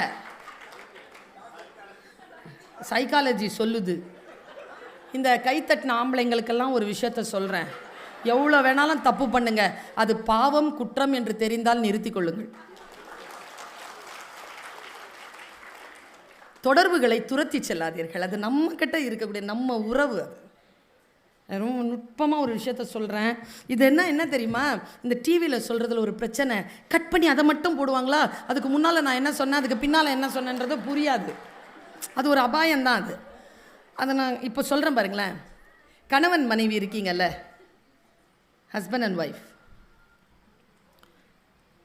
2 பேரும் சேர்ந்தே இருங்க. அதுதான் உங்கள் குழந்தைக்கு நீங்கள் தருகின்ற மிகச்சிறப்பான பரிசு. சரியா? அதுலேயும் சொல்கிறேன், இந்த இளமையாக இருக்கக்கூடிய கணவன் மனைவிமார்களுக்கு சொல்கிறேன், அம்மா அந்த அக்கா சொல்கிறத நீ புரிஞ்சுக்கோ. ஒன்று தான், 2 பேரும் சண்டை போட்டிங்கன்னா உயிருக்கு பிரச்சனை அப்படின்னும் பொழுது மட்டுமே நீங்கள் 3வது நபரிடத்தில் பஞ்சாயத்துக்கு போங்க. மற்றபடி தயவு செய்து ஒருவரை பற்றி ஒருவர் உங்கள் மீது அன்பு செலுத்துகின்ற இன்னொருவரிடத்தில் குறை சொல்லிவிடாதீர்கள். என்ன அபாயம் நடக்கும்னு சொல்கிறேன். என் அக்கானா எனக்கு ரொம்ப உயிருங்க, நானா அதுக்கு உயிர்.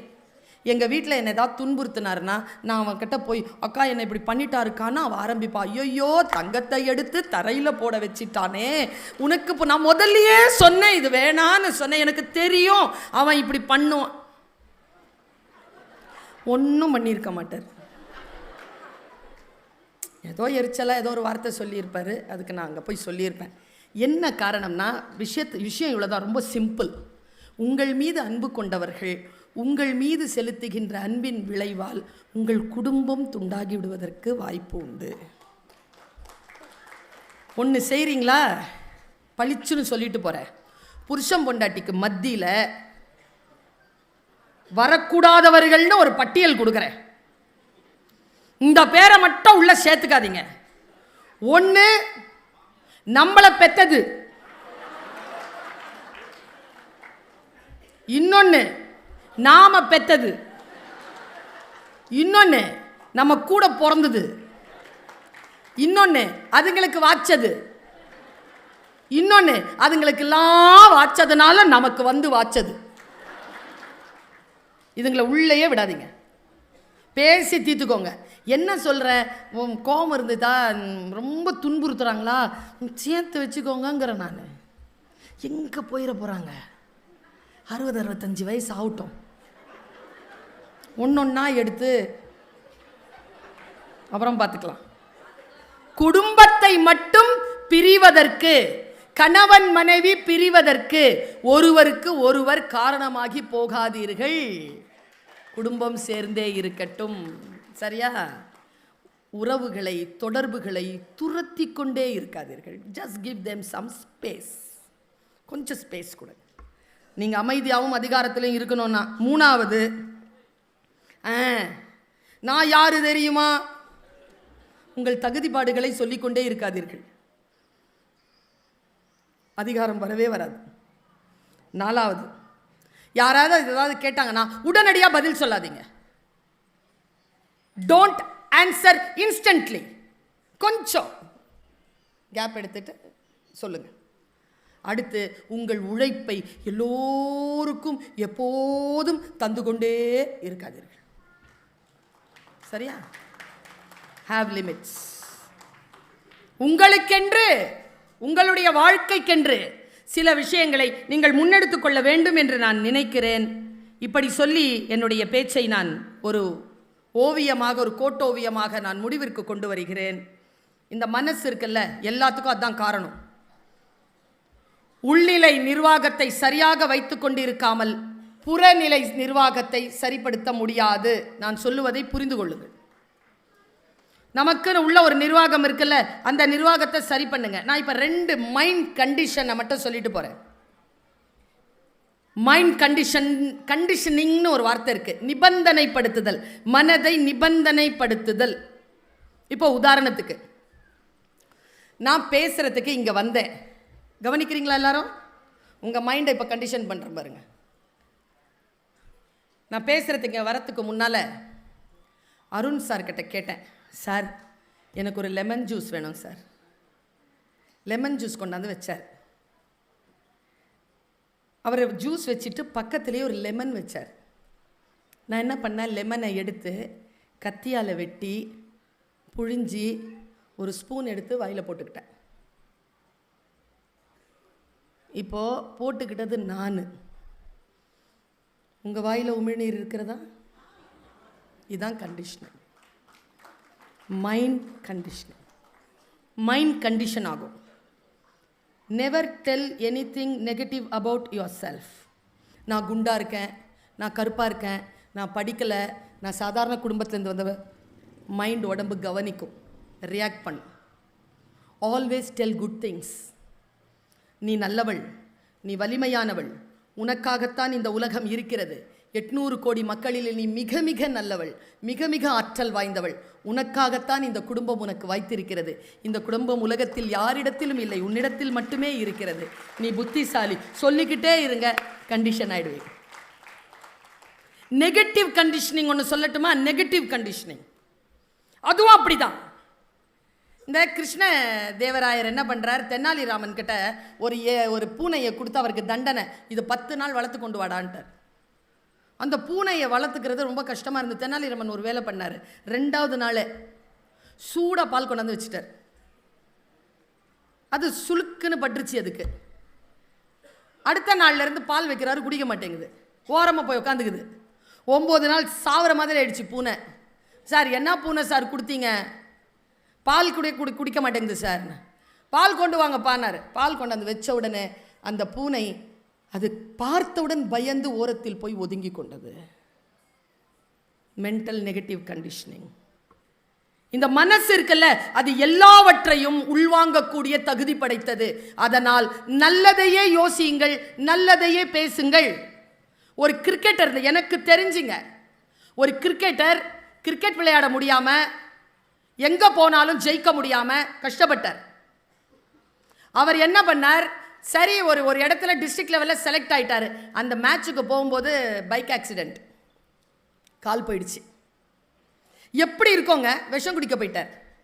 விஷம் குடிச்சு கொண்டு வந்து போட்டிருக்காங்க, மருந்து கொடுத்து காப்பாத்திட்டாங்க. மருந்தெல்லாம் தூக்கி அடிக்கிறார். வந்தவன் யாரோ ஒரு வார்த்தை சொல்லிட்டு போயிட்டான். ஒரே வார்த்தை தான், உனக்கு கிரிக்கெட் பிடிக்கும் தானே, கிரிக்கெட் பிடிக்கணும்னா கிரிக்கெட்டோடையே நீ வாழலாம், அது கால் தேவை கிடையாது. எப்படி நீ கமெண்ட்ரி நல்லா பண்ணுவல, உனக்கு வரலாறு தெரியும்ல, உலகத்தில் யாரெல்லாம் கிரிக்கெட் விளையாடுகிறார்களோ அவர்களுக்காக நீ பேசு, கமெண்ட்ரி பண்ணு. அவர் தான் உலக புகழ் பெற்ற கிரிக்கெட் அனலிஸ்டா இன்னைக்கு இருக்கிறார். அவருக்கு கால் கிடையாது. நாம் நினைத்தால் நம்முடைய விஷயங்களை, சில விஷயங்களை நாம் தொட்டு விடலாம். இந்த உலகம் நம்மை நஷ்டப்படுத்தும், ஆனால் தோற்கக்கூடாது. நம்ம நஷ்டப்படுத்தும் இந்த உலகம். நான் இப்படி சொல்றேன் பாருங்க, நமக்கான வாழ்க்கை நமக்கு வருகின்ற பொழுது அதை முழுமையாக அனுபவிக்க முடியாமல் 3 நிலைகளில் நாம் தடுமாறுகிறோம். ஒன்று வெட்கம், ஒன்று கூச்சம், ஒன்று தாழ்வு மனப்பான்மை. ஆண்களுக்கு அது இருக்கு. அதுக்கு என்ன பேர் தெரியுமா? Gentleman syndrome. நான் அதை கேட்டால் யாராவது தப்பாக நினச்சிக்குவாங்க. சார் ஒரு 50,000 ரூபாய் வேணும். பெரிய ஆள் கேட்குறார். இன்னொரு ரகசியத்தை சொல்கிறேன், கட் பண்ணிவிடுங்க. நம்மளை விட பணக்காரங்களுக்கு, நம்மளை விட பெரிய ஆட்களுக்கு நம்ம கடனே கொடுக்கக்கூடாது, திரும்பி வரவே வராது, கேட்கவே முடியாது. தவிக்காதீங்க, ஐ எம் சாரின்னு சொல்லுங்க. No is a word, not a word, it's a sentence. No no தான் சொல்லுங்களேன். கூச்சம் எதுக்கு உங்களுக்கு? நான் 2005 ஒரு தலைமைத்துவ பயிற்சி மாநாடுக்காக state department, US state department இந்தியாவிலிருந்து என்னை அனுப்பியிருந்தார்கள். நான் அங்கே போனேன். அப்போ ஜார்ஜ் புஷ் அங்கே 2005 அவர் தான் அங்கே பிரசிடெண்ட்டாக இருந்தவர். அப்படி போய் உட்காரும்போது நாங்கள் 16 நாடுகள்லேருந்து போயிட்டு வந்திருக்கோம். நான் இந்த விஷயத்தை நான் பெருசாக சொல்றது இல்லை வெளியில். அப்படி நான் போயிருந்த போது 16 நாடுகள் இந்தியாவிலேருந்து நான் போயிருந்தேன். அதில் ஒரு நாடு, எந்த நாடுன்னு சொல்ல மாட்டேன், எல்லாருக்குமே ஸ்டார் கிடைச்சதுங்க, ஸ்டார் பார்ட்டிசிபென்ட் கிடைச்சது. அவருக்கு மட்டும் கிடைக்கவே இல்லைங்க. கடைசி நாளுங்க, லிண்டா ஹாரிஸ்னு ஒருத்தங்க தான் எங்களை வழிபடுத்தினாங்க. கடைசியாக லிண்டா ஹாரிஸ் அவர்கிட்ட போய் நின்று சொல்கிறத நான் கேட்குறேன். எல்லாரும் ஜெயிச்சுட்டு போகிறாங்க, சால்ட் லேக் சிட்டிலேருந்து நாங்கள் கிளம்புறோம், நீங்கள் ஸ்டார் வாங்கிடணுமே. ஐ வில் ட்ரை அப்படின்னாரு அவர். எப்போ சொல்கிறாரு? அன்றைக்கி சாயந்தரம் 6 மணி செஷன் முடிஞ்சிருச்சு. அடுத்த நாள் வேலிடிக்டரி சர்டிஃபிகேட் வாங்கிட்டு எல்லாருமே ஃப்ளைட் ஏற வேண்டிதான். நடந்த விஷயத்த சொல்கிறேன், உங்களில் யாருக்கேனும் எதேனும் மாற்றம் வருகிறதான்னு பாருங்கள். ராத்திரிக்கு என்ன சாப்பிட்றதுங்கிறத எங்ககிட்ட கேட்பாங்க, நாங்கள் குறித்து கொடுக்கணும். என் பக்கத்தில் இருந்தவர் என்ன குறித்து கொடுத்தாருன்னா, அந்த ஸ்டார் வாங்காத ஆள் இடியாப்பமும் மீன் குழம்பும் குறித்து கொடுத்தார். ஸ்ட்ரிங் ஹாப்பர் ஃபிஷ் கறி குறித்து கொடுத்தார். நான் சப்பாத்தி சிக்கன் டிக் பண்ணுற. அடுத்தவங்களுக்கு பார்ப்போம்ல என்ன பண்ணியிருக்காங்கன்னு சொல்லிட்டு. ஒருத்தங்க நூடுல்ஸ், ஒருத்தங்க பாஸ்தா, அது இதுன்னு சொல்லிட்டு அந்தந்த நாட்டுக்கு ஏற்ற மாதிரி சொல்லியிருந்தாங்க. இவர் ஃபிஷ் கறியும் ஸ்ட்ரிங் ஹாப்பர் சொல்லியிருந்தார். சரி எல்லாரும் போயிட்டோம், அவங்கவுங்க ரூமுக்கு போயிட்டோம். ஹில்டன் ஹோட்டலில் தான் போட்டிருந்தாங்க, பெரிய ஹோட்டல். போயிட்டு சாப்பிட்டுட்டு அடுத்த நாள் எல்லோரும் ரெடியாக உட்காடுறோம். அந்த வேலிடிக்டரி ஃபங்க்ஷனில் அந்த அம்மா எங்கள் எல்லாருக்கும் சேர்த்து கிளாஸ் எடுத்தது. எது லீடர்ஷிப்?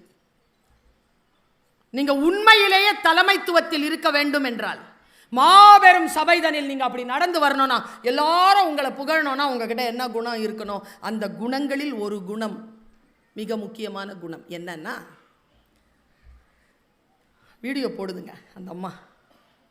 அந்த ஆள் உள்ள சாப்பாடு டேபிள் நகர்த்திக்கிட்டு வராங்க. உள்ள ஒருத்தர் வராரு, இந்த ஸ்டார் வாங்கலைல்ல, அவருடைய ரூம் திறக்குது. அவர் உள்ளே கூப்பிடுறாரு. உள்ளே கூப்பிட்ட உடனே சைன் பண்ணி அமுச்சிடுறாரு. அவ்வளோதான். அதுக்கப்புறம் எதுவுமே பேசப்படலை. கிளியரன்ஸ்க்கு வராங்க, கிளியரன்ஸ் எடுத்துகிட்டு போயிட்டாங்க. அவ்வளோதான்.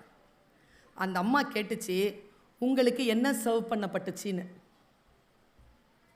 அவர் சொன்னார், சிக்கன் அண்ட் சப்பாத்தின்னு சொன்னார். நீங்கள் என்ன ஆர்டர் பண்ணியிருந்தீங்கன்னு கேட்டார். நான் ஸ்ட்ரிங் ஹாப்பர் அண்ட் ஃபிஷ் கறி சொல்லியிருந்தேன். அது வந்ததா? வரல. உங்ககிட்ட தானே கேட்டாங்க என்ன வேணும்ன்ட்டு, நீங்கள் தானே நோட் பண்ணி கொடுத்தீங்க. அது வரலல்ல, அது வரலன்னு ஏன் நீங்கள் கேட்கல? கொடுத்ததை சாப்பிடுவீங்களா? ஒரு லீடர் தான் எதை நிர்மாணித்து விட்டானோ, எதை தீர்மானித்து விட்டானோ, அந்த தீர்மானித்ததிலிருந்து ஒருபோதும் அவன் தன்னை விலக்கிக் கொள்வதில்லை. நின்று எதிர்த்து அதை கேட்டு அதற்கான கிளியரன்ஸ் வாங்காமல் அவன் அதை ஏற்றுக்கொள்வதே இல்லை. நீங்கள் உங்கள் கூச்ச சுபாவத்தாலும், உங்கள் பேரன்பு மிகுதியாலும், உங்களுடைய தன்னம்பிக்கை இன்மையாலும் நீங்கள் ஸ்டார் என்கின்ற இதை வாங்குவதற்கான வாய்ப்பை இழக்கிறீர்கள் என்று அவர் சொன்னார். ஏதாவது ஒன்று வருதா நமக்கு முன்னால, உனக்கு விருப்பம் இல்லையா? இது ஹம்பலா சொல்லி, இது எனக்கு விருப்பம் இல்லைங்க, இது என்னன்றதை சொல்லுங்க. முன்னால் இருக்கிறவங்க கோச்சிக்கிட்டோங்கிற நான் எனக்கு தேவையானதை நான் சொல்லும் போது நீ எப்படி கோச்சிக்குவ? அதுல என்ன இருக்கு? நம்முடைய வாழ்க்கை நமக்கானது. அது ஒரு முறை வருகின்ற வாய்ப்பு. அதில் நன்மை தீமைகள் கலந்து இருக்கும். சுயமரியாதையுடன் புறப்பட்டு இருங்கள். பல நேரங்களில் நாம் செய்யக்கூடிய மிகப்பெரிய தவறுகளில் ஒன்று என்ன தெரியுமா? சாதாரணமாக ஜெயிச்சிடலாங்க. கூட்டத்தில், சாதாரண கூட்டத்தில் ஜெயிச்சிடலாம். ஜெயிக்கிறவங்கெல்லாம் கூட்டத்தில் போய் போட்டாங்கன்னு வச்சுக்கோங்களேன், அவங்க தோத்துருவாங்க. உதாரணத்துக்கு சொல்லவா, ஃபஸ்ட் மார்க் வாங்குற பொண்ணு இருக்குல்ல, அவளை கொண்டு போய் ஜீனியர்ஸ் இருக்கக்கூடிய கூட்டத்துக்குள்ளே போடுங்களேன். அவள் புறச்சூழ்நிலைகளால் மட்டுமே அவள் ஜெயிச்சிட்டு இருக்கிறான்னா, அவள் அகச்சூழ்நிலை சரியாக இல்லை என்றால் அந்த ஜீனியர்ஸ் மத்தியில் அவளால் சஸ்டெயின் பண்ணவே முடியாது, தோத்துருவா. ஜெயிக்கிறதுங்கிறது அப்படிங்கிறது புறச்சூழ்நிலைகளால் வருவதில்லை, உள்ளிருந்து கிளம்புகின்ற மிகப்பெரிய ஆற்றல். அது அந்த ஆற்றல் யாருக்கு இருக்கிறதோ அவர்கள்தான் தலைமைத்துவம் பெறுகிறார்கள், அவர்கள்தான் சபையில் நடக்கிறார்கள், அவர்களுக்குத்தான் மாலை விழுகிறது, அவர்கள் சொல்லுவதை இந்த உலகம் கேட்கிறது. நன்றி, வணக்கம்.